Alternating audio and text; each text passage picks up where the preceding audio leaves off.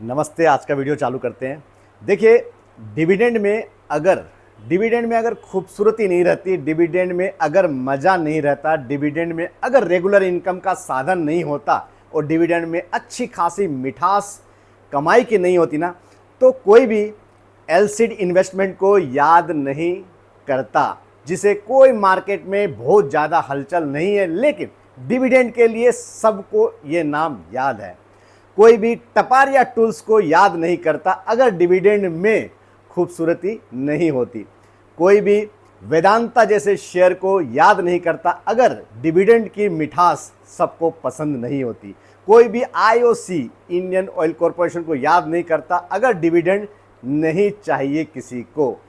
कोई भी हिंदुस्तान जिंक को याद नहीं करता अगर डिविडेंड। ऐसे काफ़ी सारे नाम हैं, पब्लिक सेक्टर इंटरप्राइज में काफ़ी सारे नाम हैं जो कि डिविडेंड के चाह में सब इन्हें याद करते हैं।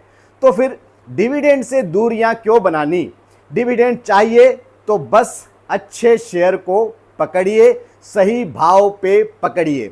देखिए, कुछ शेयर जो कि आपके चहीते हो सकते हैं, लेकिन मार्केट के सेंटीमेंट, जी हाँ, मार्केट के सेंटीमेंट की वजह से या फिर थोड़े से कारोबार में धीमी की वजह से वो अट्रैक्शन भाव पे तो थोड़े थोड़े बैठे हैं। बाकी हर डीप पे, जी हाँ, हर डीप पे बाइंग की अपॉर्चुनिटी समझ के डिविडेंड का मजा, यानी कि आपको इस हाथ में भी लड्डू, और दूसरा जब हर डीप पे आप 5-10% के डीप पे अच्छी अगर अपॉर्चुनिटी समझे तो रडार पे रखना चाहिए, यानी इस हाथ पे भी लड्डू।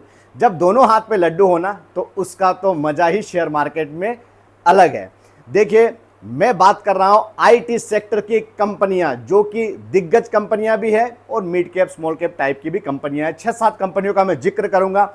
डिविडेंड का मजा इस प्राइस पे आप बिल्कुल ले सकते हैं और इन्हें आप रडार पे बिल्कुल रखिए। देखिए, मैंने 16 जुलाई को जब आईटी सेक्टर के बारे में आपको बताया था ना, तो उस समय मैंने थोड़ा सा आपको आगाह किया था और हुआ वही 8-8.5% के आसपास। जी हाँ, महीने भर में 16 जुलाई से अभी तक 8% के आसपास आईटी सेक्टर गिर चुका है और गिरने की चांसेस शायद गिर सकता है, बढ़ भी सकता है, मुझे बिल्कुल पता नहीं। देखिए, मैं बता रहा हूँ, लेकिन उनका जो प्राइस का जो लेवल है ना, फिलहाल वो लेवल यही बता रहा है कि हर गिरावट एक अपॉर्चुनिटी बन सकती है डिविडेंड के साथ और प्राइस मूवमेंट के साथ।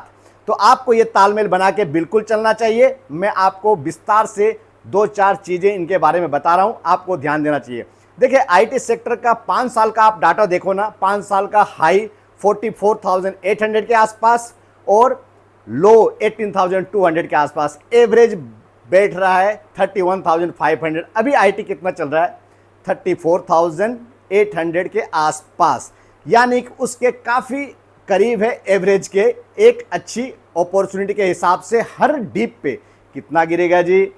5, 10, 15, 20, 25, कुछ भी। क्या आपको लगता है आईटी सेक्टर? देखिए, एक तो उनमें अपग्रेडेशन अपने आप को कर रहे हैं, थोड़े और इस्टेब्लिश करेंगे, थोड़ा खर्चा आएगा, उसके लिए थोड़ा इंतजार करेंगे। क्या जिनको वो सर्विस प्रोवाइड कर रहे थे वो क्या कामकाज बंद हो गया? नहीं, उनसे रिवेन्यू अभी भी आ रहा है, बिल्कुल आ रहा है।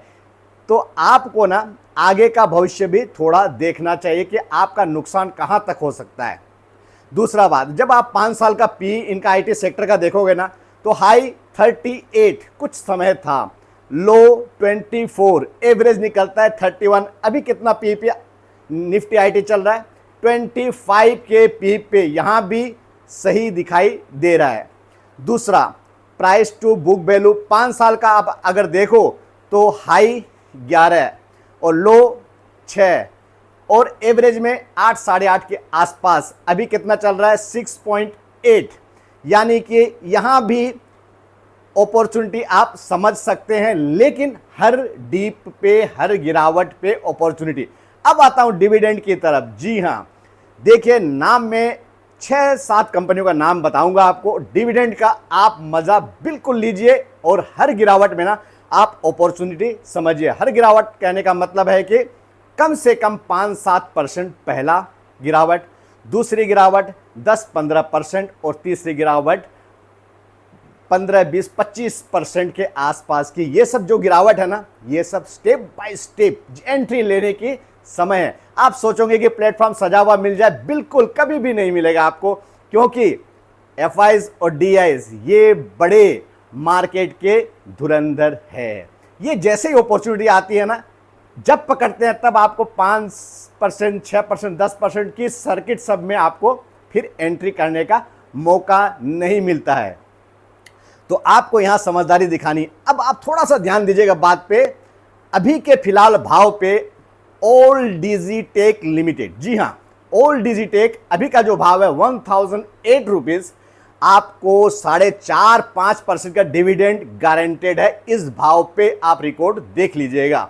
दूसरा, एक्सेल्या सॉल्यूशंस लिमिटेड, जी हां, अभी का जो भाव है 1392 शेयर का जो प्राइस पे, इस पे एक्सेल्या सॉल्यूशंस पे आपको 4.5-5% का डिविडेंड गारंटेड है। क्या चाहिए, 4.5-5% मायने रखता है।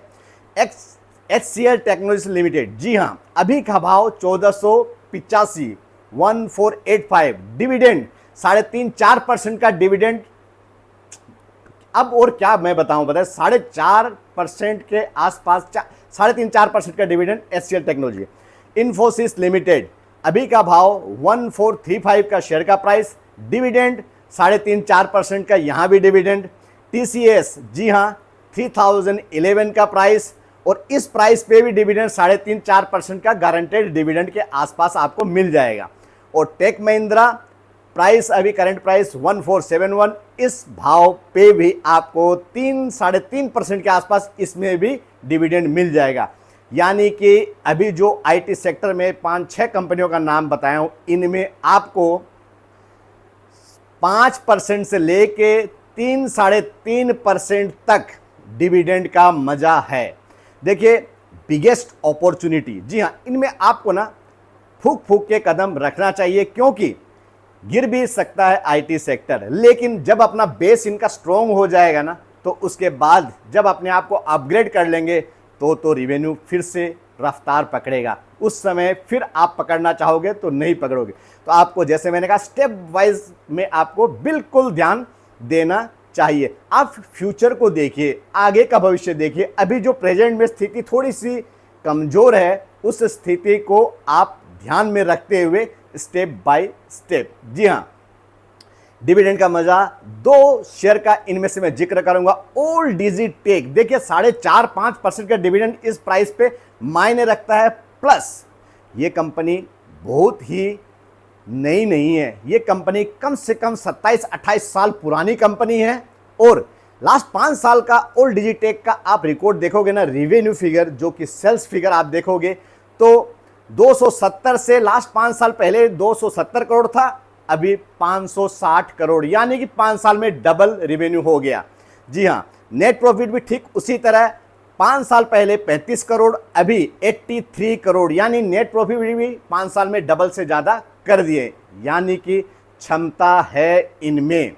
दूसरा, एक्सेल्या सॉल्यूशन, जो कि इस प्राइस पे भी आपको 4.5-5% का डिविडेंड का मजा मिल रहा है, और ये भी कोई नई कंपनी नहीं है, 38-39 ईयर्स ओल्ड कंपनी है, शायद इससे भी ज़्यादा भी हो सकता है। देखिए, इनका भी 5 साल का जो रिकॉर्ड आप देखोगे ना, रिवेन्यू 5 साल पहले 290 करोड़ के आसपास, और अभी 530 करोड़ के आसपास, यानी कि रिवेन्यू भी डबल कर लिए 5 साल में, यानी कि कामकाज चल तो रहा है अच्छा ही।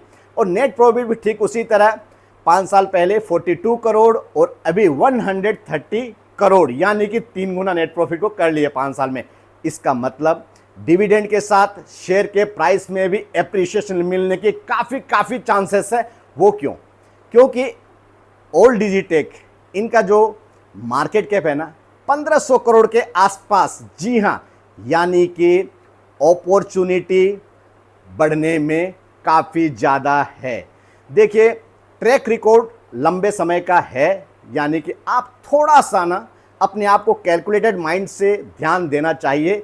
बाकी आप सोचकर समझकर ही निवेश कीजिए, क्योंकि यही सब सही है मार्केट के लिए। सोची समझी रणनीति के साथ मार्केट में प्रवेश करना और मार्केट से पैसा कमाना, यही समझदारी है। दूसरा एक्सेलेस सॉल्यूशन के बारे में जैसे मैंने बताया, ये भी मार्केट कैप ना 2000 करोड़ के आसपास, यानी कि मार्केट कैप के हिसाब से भी बड़ी अपॉर्चुनिटी मैं कहूँगा। देखिए, आपको इसी तरह ना समझदारी से मार्केट में एंट्री और एग्जिट रखनी चाहिए। अगर एंट्री आपकी सही प्राइस पे है, तालमेल डिविडेंड का भी अच्छा, देखिए 2 हाथों में लड्डू मैंने जैसे कहा, बिल्कुल आप इसे नज़रअंदाज मत कीजिए, क्योंकि डिविडेंड 5% से 3-3.5% का एक तो वो आपके पास रिजर्व हो चुका है, यानी कि सेविंग की इनकम आपको मिल जाएगी। देखिए, डिविडेंड सबको पसंद है। जैसे कहते हैं ना कि मंथ स्टार्टिंग में आपको जब मैसेज आता है कि आपके बैंक में क्रेडिट हो चुके इतने अमाउंट, आपको जैसे खुशी का एहसास होता है ना, वैसे जब डिविडेंड आपके अकाउंट में क्रेडिट होते हैं ना, वैसे खुशी का एहसास तो बिल्कुल ही आपको होगा, क्योंकि एक रेगुलर इनकम का साधन है। देखिए, कंपनी की जब भी अच्छी प्रॉफिट होती है, बड़ी प्रॉफिट होती है, कंपनी डिविडेंड बांटती है। तो ये सब आपको चीज़ों को समझना चाहिए और इस तरह की रणनीति के साथ मार्केट में आपको प्रवेश बिल्कुल करना चाहिए। और दूसरी बात, जैसे दूसरे हाथों का लड्डू मैंने कहा, जी हाँ, दूसरे हाथों में भी आपको प्राइस, जी हाँ, प्राइस अगर निचले स्तर पे, जैसे कि मैंने कहा, पी थोड़ा सा ध्यान आप दे दीजिए, प्राइस टू बुक वैल्यू थोड़ा सा आप ध्यान दे दीजिए। बाकी कंपनियां सबका वजूद अच्छा है, कंपनियों को आप पहचानते हैं, कंपनियों की जो मार्केट में पोजीशन है वो भी सब जानते हैं। दिक्कत कहाँ है? दिक्कत है थोड़ी सी सोच को डेवलप करके ना, स्टेप बाय स्टेप, जी हाँ, स्टेप बाय स्टेप, इकट्ठा आपको पैसा कभी नहीं लगाना मार्केट में, क्योंकि मार्केट किस तरह रुख बदलेगा, कभी ट्रम्प ऊपर जाएगा, कभी ट्रम्प नीचे आएगा। मेरे कहने का मतलब, ऊपर का कहने का मतलब है कि टैरिफ की चोट पहुंचाएगा, आप गलत दायरे में मत ले लीजिएगा। तो ये सब तो चीज़ें चलती रहेगी, लेकिन जहाँ जहाँ अपॉर्चुनिटी है ना, वहाँ आपको हथौड़े की तरह वार करना पड़ेगा, तभी आप मार्केट में ना सक्सेस की सीढ़ी पे चढ़ पाओगे। और ये सारी दिग्गज कंपनियां, इन पे आपको ध्यान देना चाहिए, वो भी स्टेप वाइज। बाकी आप, फिर से कहूँगा, सोचकर समझकर ही निवेश कीजिए।